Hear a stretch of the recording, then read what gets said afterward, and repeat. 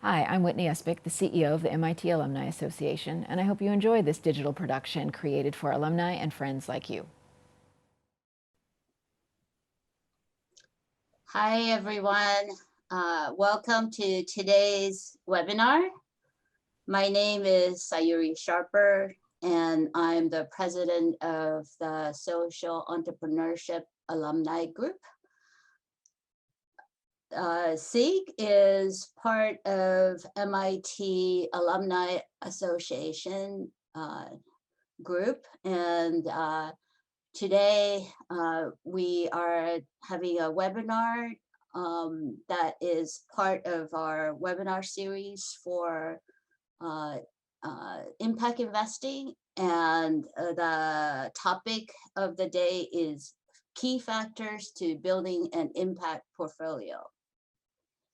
I am very pleased to have Alex Nichols, Regional Director of ImpactAssets, and Joe Opot, Head of Leadership and Strategic Partnerships at Acumen, joining us today.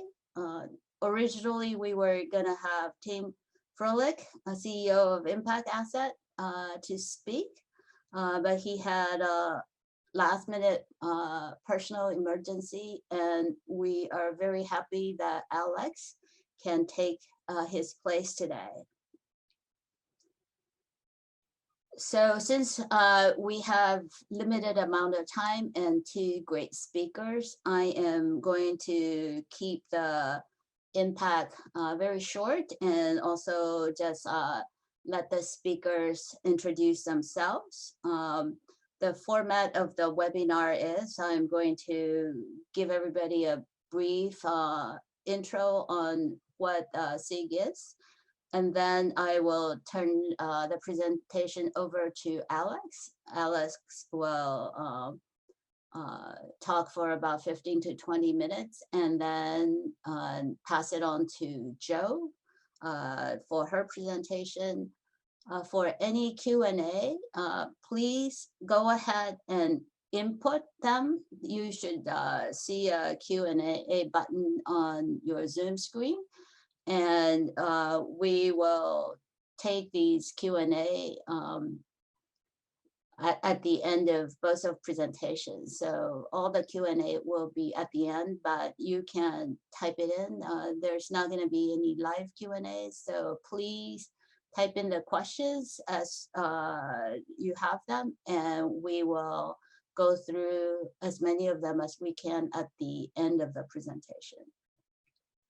And by the way, this webinar will be recorded, and you can either rewatch it, the links will be sent to you, and also you're welcome to share them with anyone else you think might be interested in the subject. So here is our mission of SEAG. We're basically an alumni group, and our goal is to create a community around MIT that supports social entrepreneurship, including current students, staff, alumni, and others that desire to be part of our community in support of social entrepreneurs who are devoting their talent to this effort of creating a better world. This year, we are sponsoring two webinar series. There's an investor track and the entrepreneur track. In September, we had our first investor track, what is impact investing? And today is our second one. There will be another one in February and April, so please watch for announcement for that. We're also conducting entrepreneur track. The first one was in October, and the topic was Starter Guide for Social Entrepreneurs. And in January, we are going to have our second, which is titled Early Journey from Concept to Pilot. And we have two great social entrepreneurs lined up. One is Rebecca and the other person is Sona. So also watch for announcement for that, which will be going out shortly. And then March is how to prepare a pitch deck, and May, how to negotiate with seed investors. So if you know of any social entrepreneurs who might benefit, or even if you're a potential or a current investor and are curious about lives of a social entrepreneur, please check those out. And this is my last slide, encouraging everybody to get actively involved. We started the alumni group late last year, and this is our second year. And this year we're focused on webinars and kind of building the community. And next year we hope to do more, including some more in-person local gatherings and more ad hoc discussions between members. So if you are interested in helping out, please contact Esther, who is our VP of Finance and Operations, for any volunteering opportunities, and be an active participant with us. And then the last slide is how to join SEAG. If you are an MIT affiliate, you can join us through the Alumni Association web link. You can also join us in the LinkedIn group, which allows us to have better communications with each other. And since all of these are open to the general public, if you can join us through the MIT Alumni Association website, we encourage you to join us through the LinkedIn group. And your contact, if you have any questions or problems, is Juan, who is our VP of Communications. So with that intro, I'd like to turn it over to Alex. Alex, it's yours. Great, thank you. I'm just going to share my screen here. Let me stop share. So.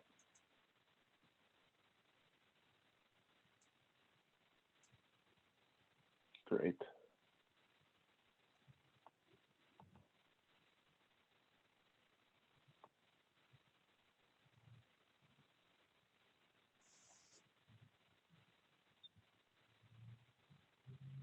Can everybody see the screen? Perfect. Well, thanks everybody. I just wanted to thank you again, Sayuri, for setting this up, and also to the SEAG group. It's really a pleasure to speak to you. What I'm going to be talking about is bringing impact investing to life.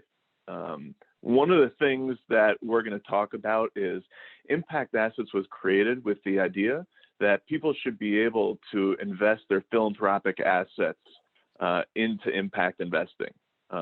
So what I'm going to be doing is showing a little bit about how we work, but we've really focused on making it easier for our clients to invest across all asset classes and into any of the themes that they are most interested in.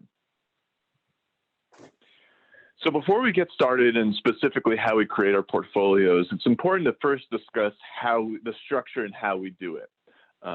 Donor advised funds can exist to catalyze impact investments. So as you see here, your traditional donor advised fund starts with a philanthropic contribution into, in our instance, what we call the giving fund. The giving fund is a 501c3 nonprofit through ImpactAssets. And what we do is we allow our clients to make grants and gifts to any other organization as they see fit. That's a 501c3. The difference, though, on our side is that we say every dollar that is not being granted out by you, the client, should be invested for positive impact. We have a strong number of impact investing options, but as you'll see here, really, it's essentially that we manage a lot of private foundations. And so, for example, there could be the Jane Smith Fund. And let's just say, for example, it's $100,000. At any point, Jane Smith could recommend a grant from this donor-advised fund, but in the interim, hopefully, we're going to have it invested so it's having positive impact. That's very important to us because hopefully that means there's going to be impact not only in the granting side, but the investing side. So all of your philanthropic assets are having a positive impact. Just a little brief introduction to us by the numbers. We are about $1.1 billion. We'll see exactly what that ends up being at the end of the year, as this is a busy time for people contributing or opening donor advised funds. And that's across 1,300 different accounts. We've made 6,500 grants in 2018, which totaled $142 million. We've been around for 10 years. And as you'll see here on the left, in 2019, we have done 125 private deals. So that is everything from a $25,000 seed stage investment into a social enterprise to a multi-million-dollar investment into a private equity fund of funds. And across our entire portfolio, we have 675 impact investment positions. When our clients come to us, we really want to help them on their impact investing journey. You might have heard that term before, and different firms have different definitions, but for us, it really means working on our clients on the strategy. So on that side, we help them with what is their thesis, what do they really care about, and what is it that they want to have an impact on. Then we work on the realization.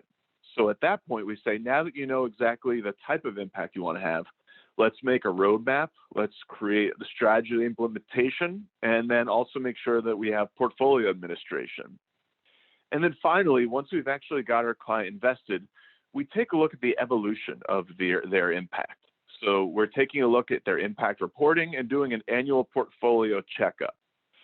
The reason for that is we think it's very important that clients begin their impact investing journey, but don't necessarily have to feel like they need to be exactly where they would like to be in the first year of opening the account. This could be something where they could evaluate their account and grow and change the investment options over time. So to start off, we have here mapping the impact thesis. We really like to use the SDGs, the Sustainable Development Goals, so that we can work with the client and they could say specifically, here are the 4 or 5 themes that we are the most interested in working on.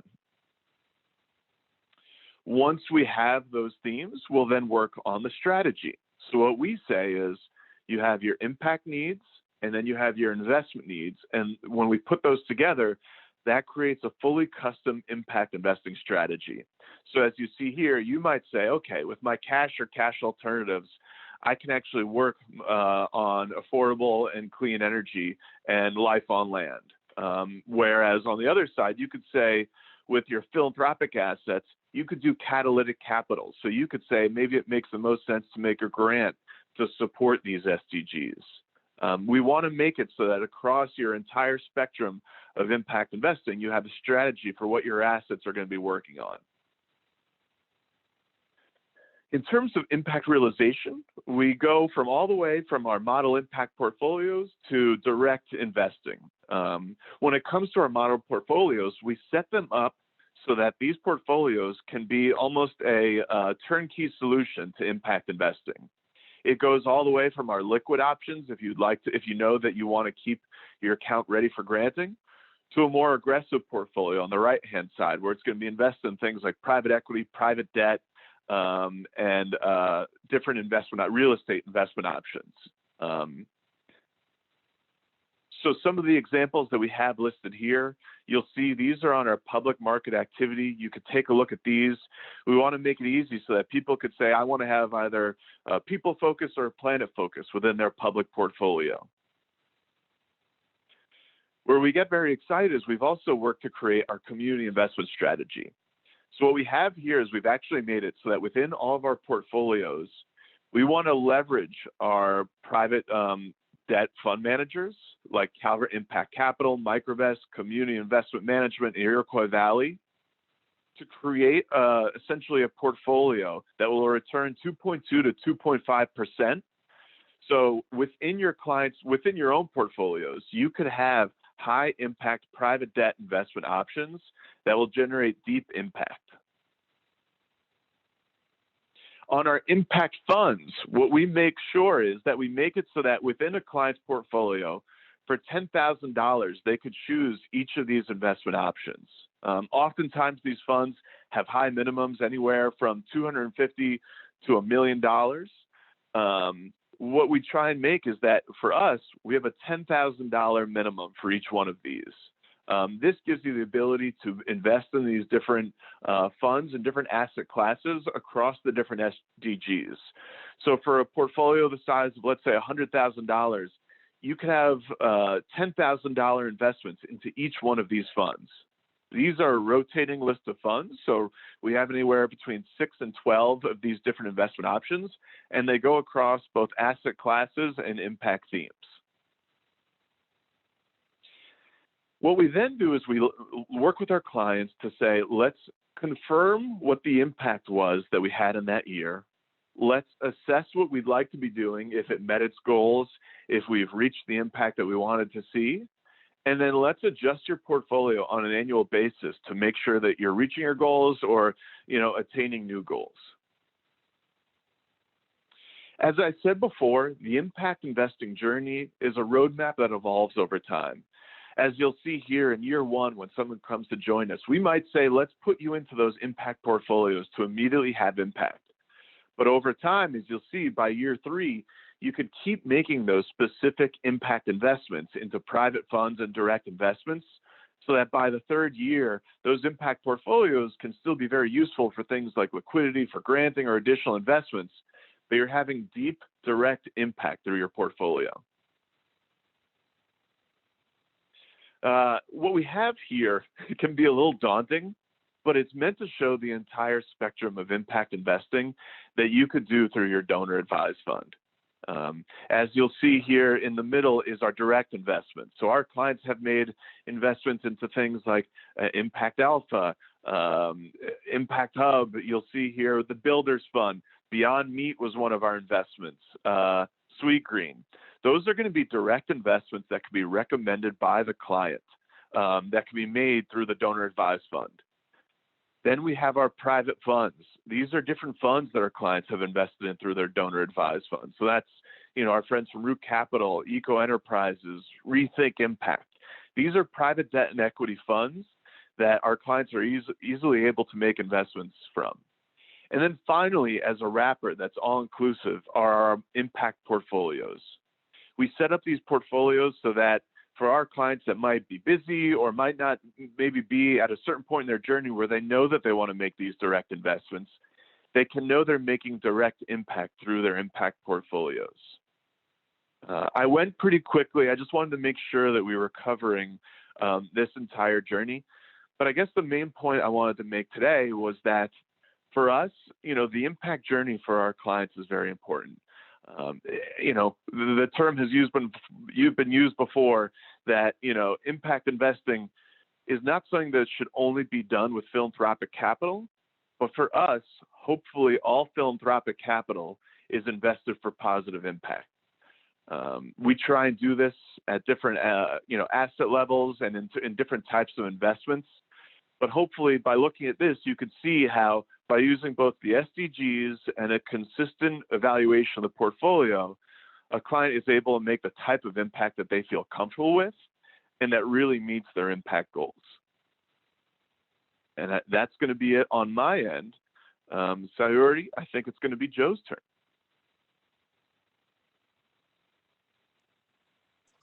Hey, Thank you. Joe, take it from here. All right. Thank you for seeing that so beautifully. And I like your focus on that evolution of the portfolio and just this ongoing journey. So I'm going to focus on Acumen's journey in building our impact portfolio. And that way we can use this as a case study as to what worked, what didn't work, what we've learned along the way, where we began and where we're going. In terms of mapping this globally, a lot has changed. When we were first here in 2001, I'm based in Nairobi. I think there are probably 3 impact funds across East Africa. Now there are at least 85, probably closer to 90 as of today. And there's a lot, and the spectrum has also grown. And so when we began in 2001, it was a novel idea where there weren't that many players. And for us, the theory was, how do we position ourselves to be truly catalytic and tackle poverty? Investing in innovative companies that are really tackling poverty. And the first thing we realized was that the traditional way of investing would not work for a lot of entrepreneurs in the 14 countries where we operate. And we came up with the concept of patient capital, where we would raise philanthropic dollars or charitable donations. We would then make a debt or equity investment in an early stage social enterprise. We would invest over 7 to actually 12-year period. And when we exited, that money would be reinvested back into the fund. And so that's where we began. I think what we then began, since then, what we've been able to do is we've put in 124 million in 122 companies. A key figure for us here is that very tricky lives impacted when we think about impact of the 263 million. And for our other goal was that we are going to make bets on risky companies that are really early, they're proof of concept, but they haven't really figured out how to scale and how to really work around customer acquisition and all the other dynamics in markets, whether it's in India or Pakistan or Kenya or Colombia. But a key litmus test for us was, once we go in and help this company set up, what can we attract in full-on capital? We'll do the proof of test. And our initial goal was to, for every dollar we put in, we want to see 5x. And where we are right now is we're at around 8x in full-on capital. And I'll dive into this impact investing and building your portfolio and that element of what are you bringing to the table beyond capital, beyond dollars, to really help this company scale. So the impact for us, and going back to this lives impacted data. So this is our, looking at 2018. And you can see the mapping and how we tried to be analytic in this in terms of, we use a lot of data analytics to understand who has been impacted by our companies, but also make adjustments. So you can see in agriculture, we exited out of Ethiopia chicken, which was a great exit, but that also decreased the amount of impact we're having in ag. Then we also see one of our companies, Pagatech in West Africa, really scale in fintech, and that made that grow significantly. But that's just one in terms of the breadth. The other thing for us, because it's an impact portfolio, is then being really clear about who's benefiting and who are these individuals. So really having a clear line in terms of $3.2 as the poverty line, whether it's India, West Africa, Pakistan, and East Africa. We have a $5.5 poverty line for Latin America, and then $35.3 in the US for the poverty line. So when we go into our due diligence, it's for each potential deal, really understanding, when we look at the demographics, how many people are living beyond that poverty line in that market and how many are above. Why does that make sense? How do we make this sustainable so the companies can still grow? But then at the core of it, are they really pushing their strategy and their impact so they're transforming lives of people who are living in poverty? And that's for us. That's where we stand. That is not everyone's focus. I think that the thing here is building off the last PowerPoint. It's really understanding where do you want to play and what do you want to hold through beyond what your returns will be, and how do you hold yourself accountable. Now, for us, it's investing as a means, not an end. And with that, we recognize that the most impactful place for us is that middle section of the pioneer gap. We have the grant sides, which is the blueprint and the ideation, and then you have the investment readiness side, which is where we find most impact funds right now, where after you've de-risked the venture, they're ready to accept more traditional capital. And this dream spot that everyone wants, which is the high impact and the high return. So since we are raising philanthropic dollars, we want to be truly catalytic and going into that valley of death area there. What we've also realized is that that pioneer capital, if you look at the whole investment spectrum, that we raise the philanthropic dollars, invest in a company, what we realize that once our companies come are de-risked to a certain extent and are ready for more traditional investors, we thought the 10 to 12 year period would be sufficient, but still, a lot of them struggled with finding who would really back them and needed actually additional investors who would be willing to take a longer journey and work with them. And so we established Acumen Capital Partners, and we have a number of sister funds that raise just the way a traditional investor would raise their capital, so that they're not going for the philanthropic dollars. They look for market returns, but then we also peg impact benchmarks. We also think about that in terms of the portfolio team's carry, and we also consider that in terms of how we tranche the different investment sizes and how we relate to the company and think about their post-investment. So we'll continue to play in that philanthropic, impact first and thematic. I think the sustainable, responsible, and traditional investing side is more towards the traditional market returns, is somewhere where we're not right now, but it's been a process in terms of starting with that pioneer capital and realizing that we do need to work beyond that space to continue to build the companies we started with. So this is what it looks like for us right now, where I began with that 124 million in the pioneer portfolio under that philanthropy on the left-hand side. We now have, in 2020, we'll be launching an education fund, our first education fund in East Africa. We previously worked in India, primarily in education. And it's a 10 million fund, and it's a recoverable grant, so different from our initial Pioneer Fund, where this one will be recoverable. We also now have a $50 million Ag and Climate Resiliency Fund. And what's unique about this is it is set up such that there is 25 million that's first loss, and then the remaining 25 is senior equity. And what that allows is people have been skittish around agriculture just based on the number of variables involved. And the idea of having a first loss leader has just brought in more players and allowed us to make more riskier bets and build these companies and de-risk them so that they can be ready for more traditional investors down the line. We have also a $68 million off-grid energy fund that's in East Africa. And the play behind this is really building on our pioneer work that we've done a lot of in East Africa in energy. And so that is more of an equity play, looking at more traditional returns rather than the 1x we have in the pioneer fund. And also in Latin America, we have a LATAM Ali Growth Fund that's really looking at rebuilding post-conflict communities. And that's also set up to be more of a traditional fund with an equity play. Now, I put in an example here because just to dive into that philanthropy versus investment. And one of our Ali investees is Delight in 2007.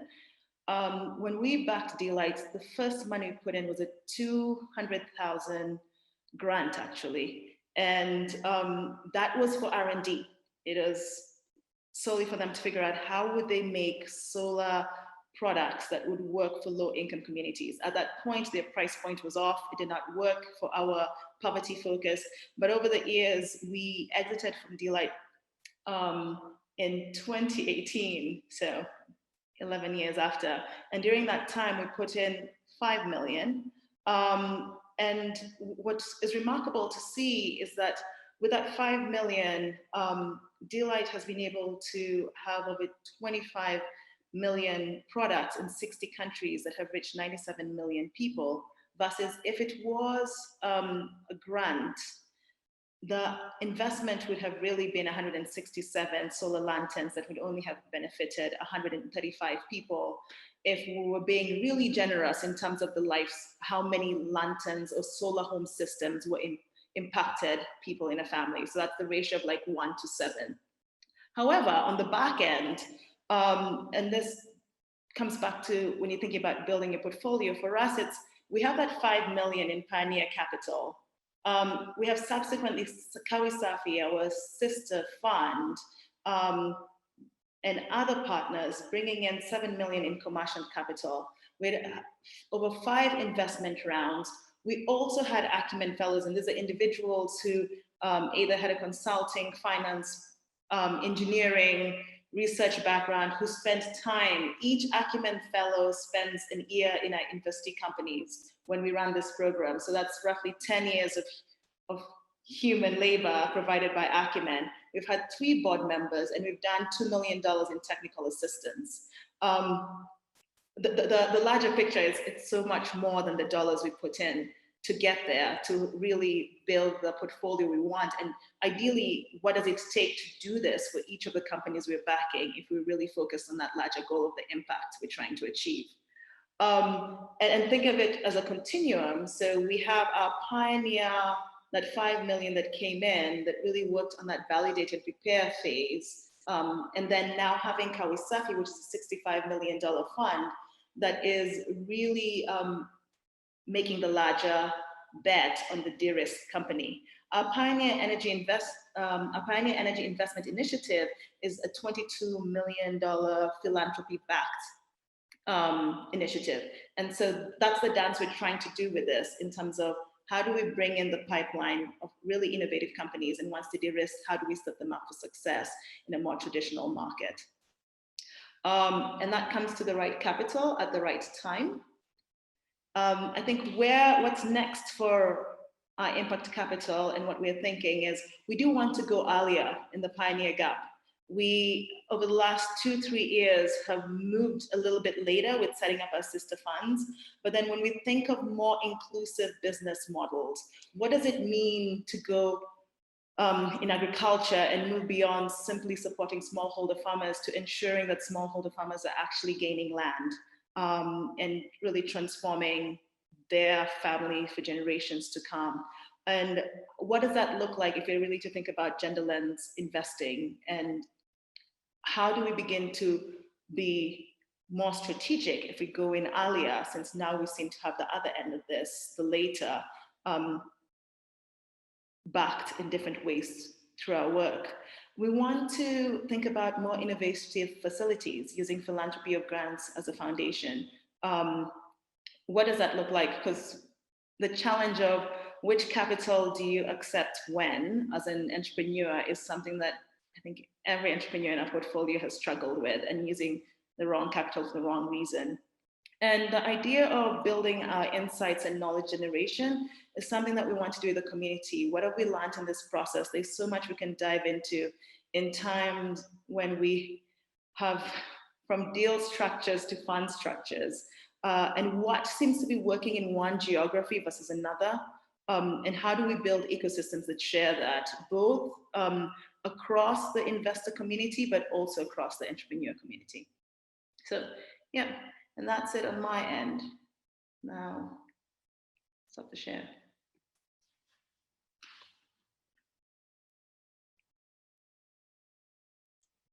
All right, thanks, Alex, and thanks, Joe. We have a few questions. The first 2 are probably for Alex, and then there's one for Joe. For the attendees out there, please feel free to put in more questions. Let me read the first question. Again, this is for Alex. The question is this closed end, or can one withdraw their funds? So Alex, maybe you can address that one. That's a great question. So the way the donor advised fund works is that the client would make an irrevocable gift to ImpactAssets. We are a 501c3 nonprofit. So it would be the same as if you gave money to the Red Cross or the United Way or something like that. You would get a deduction as soon as you put the money into the account. What would happen then, though, is completely up to the client. So our clients can plan on making grants and closing the account within 2 or 3 years, or they could say that they would want this to be something that might be multi-generational and that they can actually pass on to either their family or other people that they work with. So as far as the investments go, it depends on what you're interested in. So we have some clients that say, I'm going to do a private equity fund with a 10-year lockup. Other clients say that they want to do a more liquid option that allows them to grant their money or invest into another investment option whenever they would like. So it really does depend on what works best for the client. Okay, the next question, again, I think this is for Alex. How do you measure, track whether an impact investment is moving towards an SDG? Yeah, that's a really good question. The first thing that we do is when we make an investment, we ask the client to, or the client to say what SDG they're looking to invest in. And then when we make the investment, we ask the actual investee to list what SDGs they're working on. So it is self-reported on that side. However, we do take an annual look at our investments, and we also look to make sure that if there's any instance where we feel that the SDG that they list is not actually being worked on or inauthentic, we would let the client know as well. So, for example, there are certain companies that have started listing their SDGs that I think many people would say would be greenwashing, not naming specific names, but that's something where we let our clients know in an instance where they might list an SDG and the impact that they're having, that we might not necessarily agree with that, and we would let the client know as well. The next question is maybe for Joe and or Alex. Are the philanthropic funds tax deductible for donors? Joe, you want to take this? I'll take that. Yes. And also depends which country you're in. Different countries have different rules around this. But yes, the philanthropic funds in the US and the UK for us are tax deductible for donors. And there's a process, it's pretty simple, and we provide you the information. It's tax deductible for the Acumen fund, but for the other funds that you have, how does that work? So, and that would not be philanthropic funds. So speaking specifically to philanthropic funds, our sister funds, those are not tax deductible. That just works as a traditional investment. So while maybe we wait for other questions from the attendees, I have a question for both of you guys. And maybe Alex first and Joe next. So I want to be an impact investor. And I have all these different options, whether it's philanthropic capital or my core financial funds. How should I personally think about how to build my impact portfolio with different type of capital that's available to me? Maybe Alex, you can take this first. Yeah, sure. It's interesting and something that we work on with our clients. There are instances where certain people, for example, one of our clients that lets us talk about it is Seth Goldman. He's one of the founders of Honest Tea. What he has done with his portfolio, he started his company and got funding through venture capital, private debt, and private equity. So he feels very comfortable with impact investing using those means. And in fact, with his philanthropic money, the way that he wants to make his impact is through making private debt and equity investments into other social enterprises. So for him, it makes sense and it's easier to create his own portfolio. He's almost using his donor advised fund as a venture fund. However, other clients, for example, might be just starting their impact journey. And so in that instance, we have more of the public options or preset options created by our investments team that our clients can choose from. And over time, as they become more comfortable, maybe learning about what a first private equity investment might look like, or joining a fund, or investing through Acumen. What they could do is over time, they can become more comfortable. But for us, it's very important that people don't feel necessarily forced to do one type of investing or the other. It really depends on the type of impact that they would like to make.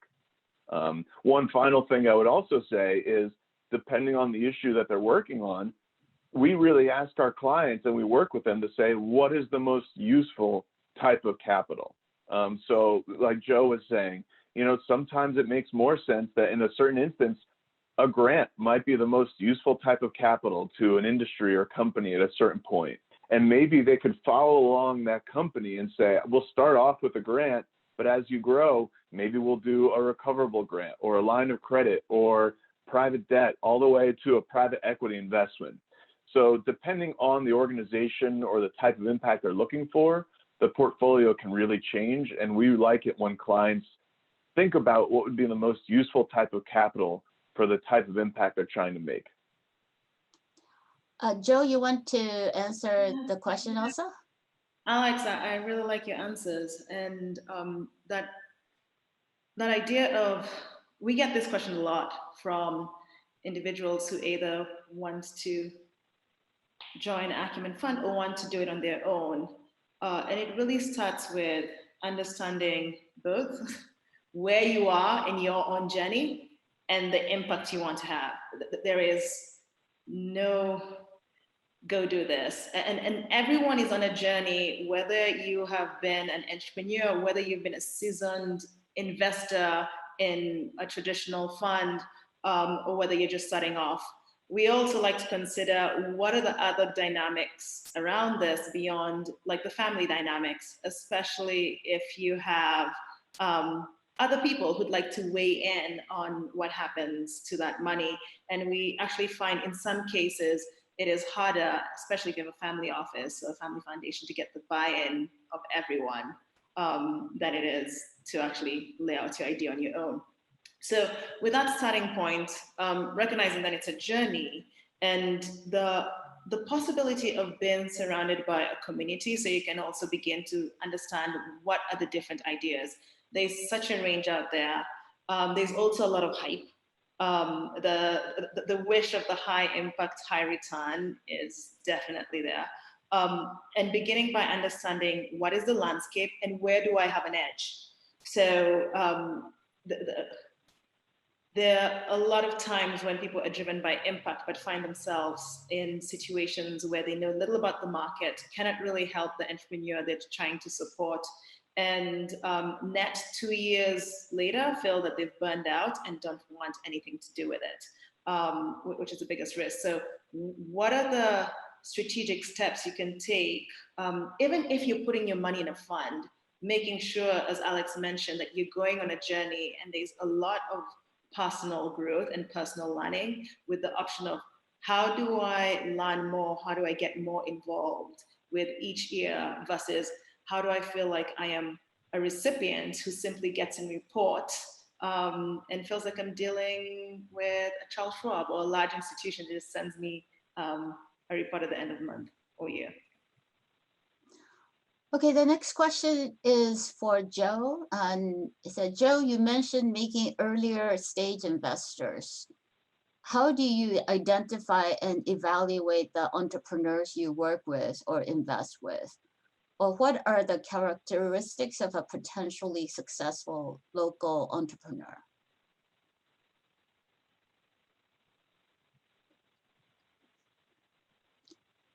I realize I'm on mute. I'm no longer on mute. How do you identify and evaluate the entrepreneur you work with? Yes. We begin by having teams on the ground. That's very important to us. It's not for every fund and not for every investor, but we did find that in our markets, when we initially began, if I use East Africa as an example, we were working in housing, in healthcare, in energy, in agriculture, in water and sanitation. Very quickly realized that one, we do not have the capacity to really be well knowledgeable and also on the post-investment side, really support the entrepreneurs in these markets. And the best thing we could do is to narrow down our focus to agriculture and energy in East Africa, and then go really deep and understand what are the needs on the ground, and that will then influence how we're evaluating our entrepreneurs. We have been notorious at taking rather long with due diligence, and that's something that we're still trying to work on and improving, with the goal of by the time we make our investment, do we fully understand what we bring to the table more than dollars? So we come in and really want to get to know the company and what they're doing from the poverty side, because that matters to us, and we want to test for that before we place the bet.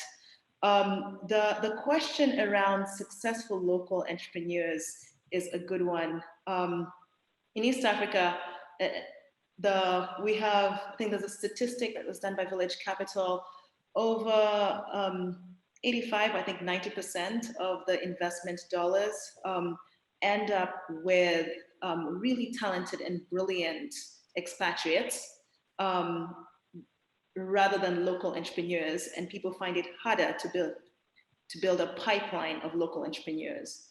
There's also another statistic that if I use energy as an example, in that pioneer stage, 67% of the investment capital in the last 2 years has gone to 4 main companies. So there's a lot of crowding by investors and trying to see who has been vetted by someone else, and my money should follow that. What we want to do is, one, be on the ground, and then two, make the riskier bets of getting to know what are the areas that have been overlooked, and then really work from that vantage point. Okay, the next question is for both of you. How do both of you get the deal flow? So Alex, you want to start first? Sure. So if our clients come to us with a specific deal, those are client directed, and so the client would actually bring an investment to us. They have come from various sources, from clients meeting folks directly at events to organizations like this one that maybe shares deals that people have done. We have clients that are members of different organizations such as Tonic, Investors Circle, which is now Social Venture the club. And so, it comes from different sources on the client side. On our side, our investments team is consistently reviewing the market and seeing what makes the most sense for our portfolio, both in terms of client demand, but also making sure that our clients have the ability to invest across different asset classes, different themes, and different geographies. So our team is consistently reviewing different funds that are available in the space and trying to make sure that we have coverage for all of our clients in those areas. Joe? Being on the ground, we have a team in Colombia, we have a team based in the US. Our East Africa team is based out of Nairobi. West Africa, we have in Nigeria, India, Pakistan. And then, walking the walk, there is definitely a lot of inbound, which is helpful. We have co-investors in our areas, which is also helpful. Though I have to say, all of that then comes down to your investees are your biggest champions, and they will be also able to tell others, look, if you're looking for this kind of capital, you should go to this kind of investor.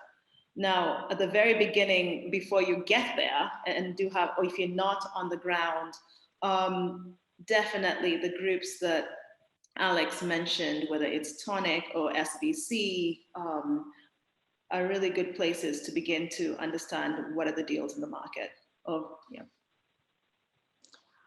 Okay, I think this is also for both of you.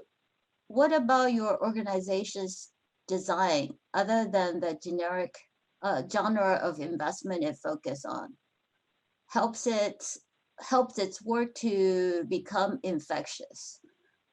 I'm curious about how you describe your competitive advantage. Alex? Yeah, sure. I would say this because I believe in it. Really the power of impact investing is what has made us grow. So across donor advised funds and community foundations across the country, there's about $130 billion that is invested. However, the unfortunate secret is that by and large, most of that money is not being invested for a positive impact. It is generally managed by outsourced OCIOs and other types of financial advisors where people don't really think about what their philanthropic capital is being invested in. They know it's being granted to good things, but they don't think about the investments. And I think really the reason why we've grown is that people have stopped thinking about their investments as purely being donor advised funds and community foundations as purely being just about the grants. They're thinking about the power of using the investment dollars for positive impact as well. And I've always said this, ImpactAssets has been growing and it's really nice, but I do not have any interest in that just being ImpactAssets. That should be across every organization that takes on philanthropic money, and that maybe even including endowments of organizations. And so it's really something that we try and focus on and help grow. Joe? Yeah, well said, Alex. I think what's our competitive advantage? Our clear focus on poverty and being able to show that the people, the beneficiaries, the customers, the end users are people living in poverty. And then that has also meant that we've had to invest in data analytics and data collection to prove that. So that has been a key differentiator for us. The other one is, like Alex, we realize that there's so much more opportunity, and we think of ourselves more as the risk taker and idea generator that will then provide a template for others to use. So with 124 million, we're barely making a dent, but what has been great is then to see bigger players then back companies that started with us, because now they're either de-risked or a model off-grid solar that previously seemed like there's no way this would be viable, now seem viable. And so we've now moved from off-grid solar and we're looking at solar refrigeration, solar irrigation, solar water pumps, that right now everyone is backing away from as like, how do you make this work? But we're giving ourselves 5 to 10 years and then there'll be a template that makes it feasible for everyone.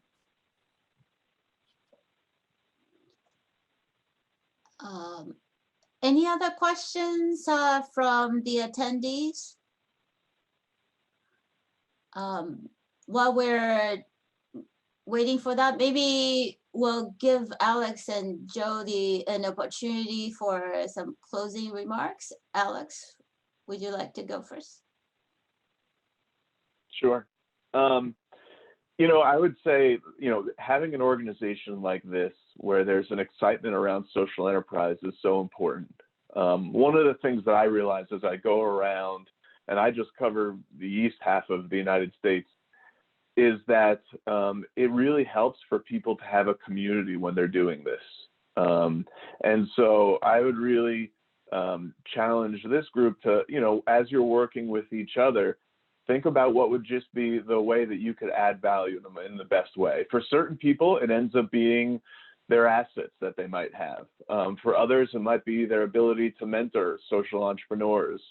And so if we could be of any help, that's fantastic. But, I think it's very important that everybody focuses on what they have at hand and not just think that it needs to be something that can only happen when they have a certain amount of assets under management or when they have a little bit more time. Social entrepreneurship is something that can be supported hopefully at any point in your life and at any point in, what you're doing with your time and your money. So, organizations like Acumen, supporting them is so important because they're the ones that make it possible so that maybe a larger fund might say, oh, we should really focus on this. They are, leading the charge. So any way you could support an organization like theirs is a good one. And Joe? Thank you, Alex. I'm a big fan of ImpactAssets. And on that collaborative note, the number of Acumen partners that we've told about ImpactAssets who are really thinking about how do we build our portfolio. The idea that this is a continuum and it will take all of us is definitely not lost on me. With the Deloitte example there, it was not only capital, it was so much more. And the founders would be the first to say that that is what is needed. The part about community is key. What we've also seen is that at times people feel overwhelmed with everything that is in the impact space, and how do you begin to distill it? And then there's also this pressure that you must find the perfect approach. And what I'd say is just start somewhere. Just start somewhere and go on the journey. And no matter what, it's for all the progress I discussed with Acumen, we have many failures. We can do a session and failure. So, and that's fine too. But if we don't start somewhere, we won't get there. So that's really it. Most importantly, feel free to reach out. And then in terms of community, we would love to keep this conversation going and see how we can help. Whether you're looking at new markets or you're considering different sectors, definitely more than happy to help. Thank you so much, Jill and Alex. And that I have to confess that both of them were kind of the first two organizations I got involved with.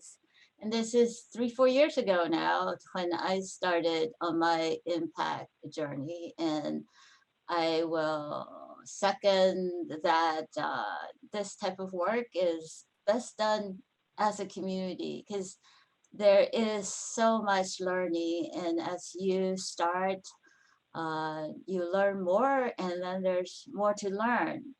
So again, thank you for being here with us, and